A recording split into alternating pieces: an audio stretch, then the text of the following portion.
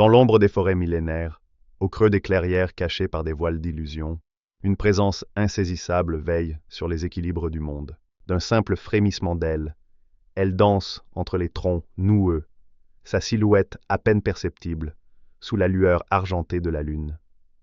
Petite, aérienne, mais d'une beauté envoûtante, sa peau semble tissée de lumière et de brume. Ses yeux, vastes et changeants, captent les reflets des étoiles et trahissent une sagesse aussi ancienne que le temps lui-même.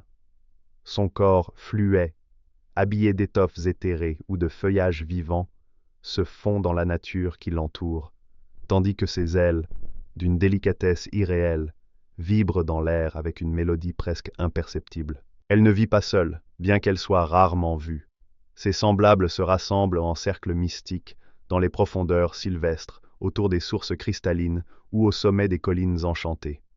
Leur royaume est invisible aux yeux profanes, dissimulé par d'antiques enchantements.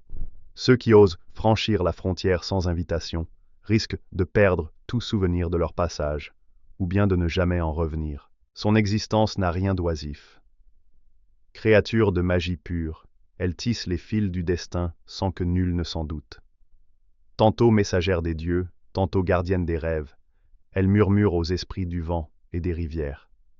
Son pouvoir ne réside pas dans la force brute, mais dans l'influence subtile de la nature et du destin. Un simple éclat de rire de sa part peut enchanter l'esprit d'un mortel, tout comme un regard noir peut le plonger dans une folie sans fin.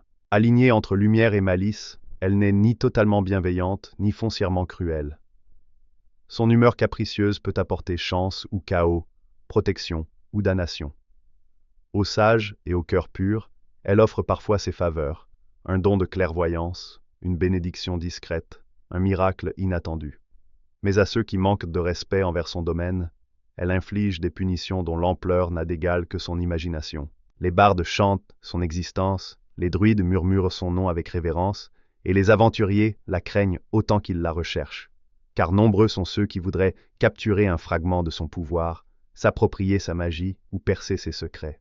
Pourtant, elle demeure insaisissable, jouant avec le monde comme un enfant joue avec une goutte de rosée. Mais si un soir de pleine lune, alors que le vent fait bruisser les feuilles et que l'air est chargé d'étranges murmures, vous sentez un regard sur vous, si votre cœur s'emballe sans raison apparente, si un rire cristallin résonne sans source visible, sachez qu'elle est là. Je suis une fée. À la semaine prochaine pour une nouvelle créature. Dis-moi en commentaire quelle créature tu veux voir.